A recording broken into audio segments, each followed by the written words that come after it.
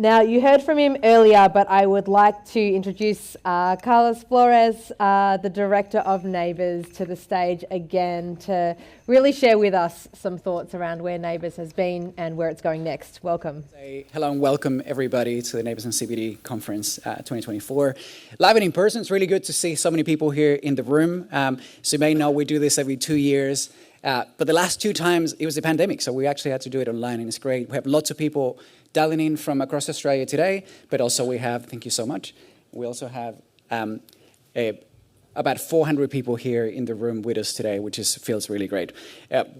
This has been mentioned a couple of times today, but we're celebrating 25 years of NABERS, and it's a little bit of an interesting symmetry. Looking back 25 years of the program, we also have 25 years to go to our net zero targets by 2050. And I think the thing that I wanted us to reflect about that is that we're no longer at the beginning of this road towards tackling our emissions. We're in the middle of it. We're at the point where we need to start getting some real runs on the board. And today, there's going to be a lot of conversations. We started already with a panel about the energy transition going forward. And I want to talk about 3 things. Davina mentioned this before. There's been lots of science in the last few years on what is it that buildings need to do to get to net zero emissions. Consistently, we see these are not the only 3 things, but there are 3 really big things that I mentioned over and over again. We need buildings to reduce energy consumption, we need to eliminate fossil fuels through electrification, and we need to tackle embodied carbon emissions. So what I'm going to do now is talk about what this looks like, what the kind of things that we've seen from a program perspective. We have lots of data about what's happening in the market on these 3 areas, and also what are some things that we're doing to try to facilitate more change in the building sector. So let me start with what's happening in the market. There's been some really interesting announcements about CBD. Some of you may have seen some of this data before, but it's worthwhile reflecting once again on the impact that we've seen in the office market since mandatory disclosure started, the Commercial Building Disclosure Program. So you're going to see 3 lines on this graph. The first one is buildings that came into NABERS and were certifying way before they were mandated. These are some of the early leaders in the property sector. Many of these companies were leading in 2007, and they're still leading today in 2024. And we've seen those reducing consistently in a voluntary capacity. Then in 2010, 2011, we saw mandatory disclosure come in. Lots of buildings that have never been certified under NABERS before. Many of them have never had a lot of energy efficiency be done to them, and they use a lot more energy initially than the market leaders, but they've been growing, decreasing their consumption really rapidly since. And then in 2017-18, mandatory disclosure CBD was expanded to more buildings in that small to medium range, and they've been dropping consumption ever since. Now, this graph stops in 2020, and the reason is because we had the COVID pandemic. These lines kept coming down. There were lots of questions for a couple of years about, are they coming down just because a lot of offices are not very well occupied at that point in time? And then what we're seeing now is that we've had like over a year of much more normal operations than the two years previous. So we can actually assess like to what extent have we seen this trend coming down still? And the answer is that we've seen this trend to continue to come down. For some buildings, there was a little bit of a bounce back because maybe the consumption dropped a lot because there was not a lot of people there for a little while. But actually, we've seen the last year or two that buildings today in the office market are using about 12% less energy consumption than they were before the pandemic. And actually seen, basically this trend of continuous energy efficiency is coming down and has continued even through the pandemic. Minister McAllister mentioned that about buildings are using about 35% less energy consumption in the office market today than when the CBD started. And I want to break down and show you that from buildings that actually came in disclosures been even faster. So if we look at these buildings that started to disclose 12 years ago, they've reduced their consumption by about 42% during those 12 years, so 42 less energy consumption than 12 years ago. And the ones that came only 5 years ago, they've been reducing their consumption, using about a third less consumption than then. And I think these are truly, truly remarkable figures. You'll be hard-pressed to find this in any country around the world. Every time I had to do some of our international duties with colleagues from overseas, from Europe, from the US, from Asia, everyone's just completely surprised by these numbers because we've never seen a country achieve these rates of energy efficiency across an entire sector. This is not just the market leaders, this is the entire office sector moving at the fastest speed of reducing energy consumption and emissions in the world. And obviously, disclosure had a huge hand in that. I think most of us would be very surprised if anything like this would have been possible, especially in the middle and the bottom of the market. We've seen transformation across the sector. Now, it's not the only thing we've seen recently. As you may have seen, we talked about NABERS has been around for 25 years, but that is in the office sector. And for about a decade, we didn't have any other rating tools. We included hotels, shopping centers, but for 17 years, NABERS was only in 4 sectors. And we got a lot of feedback. If you may remember, in earlier versions of this conference, maybe 6-8 years ago, we had a lot of pressure from industry about, hey, the building sector is a lot bigger than the office market. We have lots of diversity. Most of the economy, think about sectors of the economy, most of them operate inside of buildings. Healthcare, education, the finance sector, technology, all of them have been primarily inside of 4 walls. They are part of the building sector. So a lot of the work we're doing in the last few years has been about expanding that to more building sectors. A lot of this has been done, and I want to acknowledge our colleagues in the Commonwealth. Expanding NABERS to new sectors require a lot of engagement, a lot of data collection, a lot of software development. It actually requires real resources. And the Commonwealth government has been supporting this expansion throughout that time through funding and policy support. And we're at a point where we've expanded NABERS to a lot of the major sectors. Not all of them. We still have some work to do, but we're covering and working with many, many more sectors of the economy. If you work in education or you work in retail, a lot of you in this room are actually coming into NABERS from those perspectives. We've been working with you for the last year and a half to expand NABERS to both of those sectors. And over the next month or two, we're going to be releasing these tools to the market. We're releasing already assessor training, and we're going to start seeing the first NABERS ratings in the public education school sector. We work with all the state governments on that and across all their portfolios. We're going to see some of them coming in. We're going to see lots of action in private schools and systemic schools and independent schools. And also we're working with the broader retail sector. Most of retail isn't in shopping centers, it's outside of shopping centers. It's the biggest employer in the country. It's a huge sector. And now we have the ability to work with most of that sector, which is really exciting for us. And I wanted to thank everyone in this room who helped us create that. We cannot create NABERS ratings in isolation. We need expertise, we need data, we need a lot of advice, and we got a lot of that over the last year and a half. Now, one thing we're reflecting a lot about is that the model we've been using for expanding NABERS has one shortcoming, and that is that it works really well for big sectors. We can move on them one by one. But the challenge with the building sector is that at some point it breaks down into medium sectors and into literally an almost infinite number of smaller subsectors. And so we've been reflecting on the fact that if are we ever going to get to work with the museums and labs and aquatic centers, or are we going to have to wait 2 decades to begin to work with those sectors? We don't have 2 decades. So over the last 12 months, we've been working, again, also funded by our colleagues in the Commonwealth, with a way to expand NABERS energy so we can work with most of these sectors now, not in the distant future. So we are going to be expanding the NABERS energy suite. Over the next couple of months, we're going to have a lot more announcements and details on this, but introducing a simplified energy performance indicator for the sectors where we don't have NABERS energy ratings just yet, we don't have star ratings. And we're going to be able to do assessments with assessors based on 12 months of energy consumption and providing a simpler comparison to be able to work with those sectors while we bring full star ratings to more and more sectors over time. So watch this space, but we are really mindful that we want to work with the entire building sector, and this is a path to be able to do that sooner. Now, one thing we've seen a lot, there's a lot of conversations about this on the panel, so I'm not going to go too much over that, but we've seen a huge amount of leadership from industry. This is just one of the many, many ways that leadership is actually demonstrated, which is the Sustainable Portfolios Index.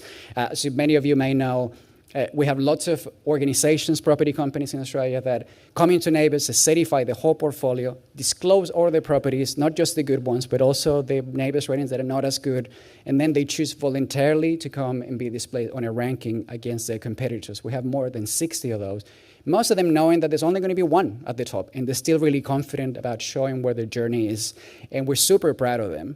But I think the thing I wanted to emphasize is that these achievements and these really high NABERS ratings is not just the achievements of building owners. It is the facility management profession, is the energy services companies that are actually doing all the projects to help these buildings get there. This is the combination of policy making and government. This is a collective achievement.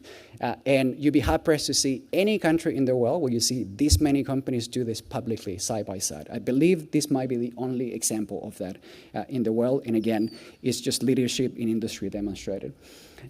Now, In governments, we manage a lot of portfolios of buildings, some of the largest ones in the country, and we haven't seen this level of leadership at the same pace historically, but that's actually changing rapidly. And I want to show you two examples. I want to give a really big shout out to one that is right in front of you and may not have seen it in this list, but is Property New South Wales.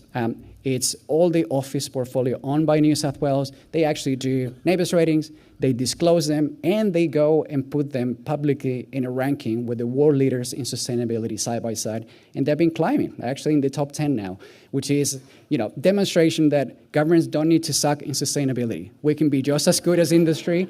We can show leadership. We manage some of the largest portfolios in the country when it comes to sustainability, and we can and should do more in this space. And I think New South Wales has done great there. I have another example from a different state, which is the largest portfolio NABERS has ever certified, both in terms of assets, in terms of energy consumption, in terms of emissions, in terms of water. Victoria became the first state a couple of months ago ever to certify all their public hospitals and the NABERS, publicly disclose them one by one, and also they've been working really hard to actually get into a point of bringing their assets from about 3 stars sometime back 4 or 5 years ago to about 4 stars today. This is a huge chunk of the entire healthcare system in Victoria. It's enormous, and getting to this point is literally hundreds and hundreds and hundreds of projects to be able to do that. And I think I am super proud of the Victorian government. This is exactly the kind of leadership we need in healthcare. And we're about to launch NABERS in schools in the next few weeks. And we think that in the school system, we're going to see the same. Schools and public hospitals are the biggest portfolios of buildings in the country. They're run by state governments. A lot of them are at various places of maturity when it comes to sustainability, and these two are just great demonstrations that we can do a lot, we can achieve a lot, and most state governments should be taking these steps from the New South Wales government and the Victorian government on what leadership looks like in this space. Now, I talked a lot about energy efficiency. I want to cover briefly on eliminating on-site fossil fuels. One thing, we have a panel where we're going to be talking a lot more about this later on, but one thing we did 12 months ago is we introduced the renewable energy indicator in NABERS. We have a much better breakdown of how energy is actually used in these buildings, and I want to give you an insight into what that looks like, and in particularly the size of the electrification challenge. We're getting a much better handle of what that looks like. So, this is the office market. I'm going to zoom out into other sectors as well. But the average office building today uses 28% of on-site fossil fuels. The rest is electricity. On that electricity, though, for the first time ever, we're seeing the office market as a whole using about half of the electricity coming from renewable energy sources. And that is driven by partly because it comes with the grid, as part of the renewable energy target, you get it for free, you don't have to do anything, there's a portion of that. There's a little bit of solar, but offices don't have a lot of roof space, so it's a small percentage on average. This has been led by purchases of green power and renewable energy certificates on a grand scale. So 50% of the electricity consumption in the office sector is now coming from renewables, well ahead of the grid, and it's actually another show of leadership in the office market, this time when it comes to procurement of electricity. I want to show you 2 more graphs before I pause on electrification, but just to frame some of the rest of the discussions today. I wanted to frame that I think most of us know this, but the electrification challenge, we've heard lots of this from research, from lots of universities. We need to electrify most of our buildings, but this challenge is not equal for everybody. And these figures are from the office market. As you may see, the states that use the most fossil fuels today in offices is actually, they call their states because they have a bigger heating demand. So when you compare against states like Queensland and Northern Territory, where most of the buildings we certify already are all electric or mostly all electric. The same is true for building types. Not all building types use the same amount of fossil fuels, and now we have a really big, broad base of data to start comparing. And what you may see as a trend in this is some of the building types in what we often think of a non-residential sector that use the most gas are the ones that happen to host people 24/7 and definitely at night. And building types like hotels and hospitals, retirement living, residential aged care, they have people living there 24/7, some of them because they're sick, some of them because they're living is the place where they live or where they're staying, and they have a bigger heating demand. In those sectors, it's going to be harder for them. It's a bigger challenge than for other sectors like warehouses and data centers, where most buildings, for the most part, already are all electric and the heating demand is very low. Now, I wanted to frame this because in the all-electric conversation, electrification, there's some great steps happening on new buildings, particularly in the ACT and Victoria. There's a lot of conversations. There's some great leadership on a voluntary capacity by building owners. But when it comes to electrifying existing buildings, we're basically at the ground floor. The challenge is tremendous. We have 25 years to achieve that. There's lots of things that we need to learn, know-how, practice, reducing costs, all kinds of work that is needed. And it's good to start understanding that some of these sectors we need to start sooner and do more work because the job is actually bigger. Now, just to close off, I want to talk about embodied carbon. As you may know, we've mentioned this a few times. NABERS has been partnered with the GBCA for the better part of the last 3 years to develop the national standard for embodied carbon. The work is almost complete. We've been working with hundreds of organizations in those 3 years. And I wanted to give you just a really brief sense. We have a session later on, but what does a national standard look like? It looked like standardization on emissions. 2 qualified consultants look at the same piece of material and are using the same emissions. Standardizing scope. 2 qualified professionals look at the same building and they're including the same parts, the same things. If you're doing those 2 things, you will calculate the same carbon footprint consistently. 2 qualified professionals can get to the same result on the same building, which is not at all what we are as of today, but it is what we can be in a few months. And the last bit of the standard is benchmarks. Once you know, I'm using 500 kilograms of CO2 per meter square for a hotel. Is that good? Is that bad? How good or bad is that? Comparison benchmarks, and people can set targets so they can promote themselves with star ratings. So policymakers can say, if you're going to build in this place, we need this building to have this cap of embodied carbon. That is what the national standard is aiming to achieve, and we have a session to talk about that later on. I'm going to leave it there, but I did wanted to re-emphasize something that Anthony mentioned before. Most of the technical development on the standard is complete. Today, we are opening the pilot phase, which means we're going to get real buildings, some of them in construction, some of them in recent practical completion, run them through the standard for the purposes of being able to refine the standard before a full launch later on this year. If you're interested in that, make sure that you don't miss the breakout session where we'll dive a bit deeper. Just to close off, we are also releasing today a strategy, a 5-year strategy for the program. A lot of you provided us with feedback in the public consultation phase and through a steering committee. And just really briefly, what are 3 things NABERS is going to be focused on in the next 3 years? 1, grow the market. We need to bring a lot more buildings into sustainability on an ongoing basis in climate action. Number 2 is improving performance. We're going to be focusing not just on seeing more people doing NABERS ratings. What can we do to see those ratings improve over time and reduce our pressure on the environment? That's going to be a core focus for us for the remainder of this decade. And number 3, evolving for impact. We've been hit by the embodied carbon wave as a sector. We've been hit by electrification wave. We're still trying to learn how to serve those. But also, there are other challenges on the horizon. There's energy flexibility. There's lots of things that the building sector and the role is going to have to evolve to achieve our climate targets. And we're going to start to spend more time and effort to be more upfront about that. What is it that NABERS needs to do to help the building sustainability sector, amplify our power and drive towards those targets? I'm over my time, so I'm going to leave it there. But I just wanted to thank you. This is a party, it's a celebration. We're really happy to see you all here, and I hope you enjoy the rest of the day.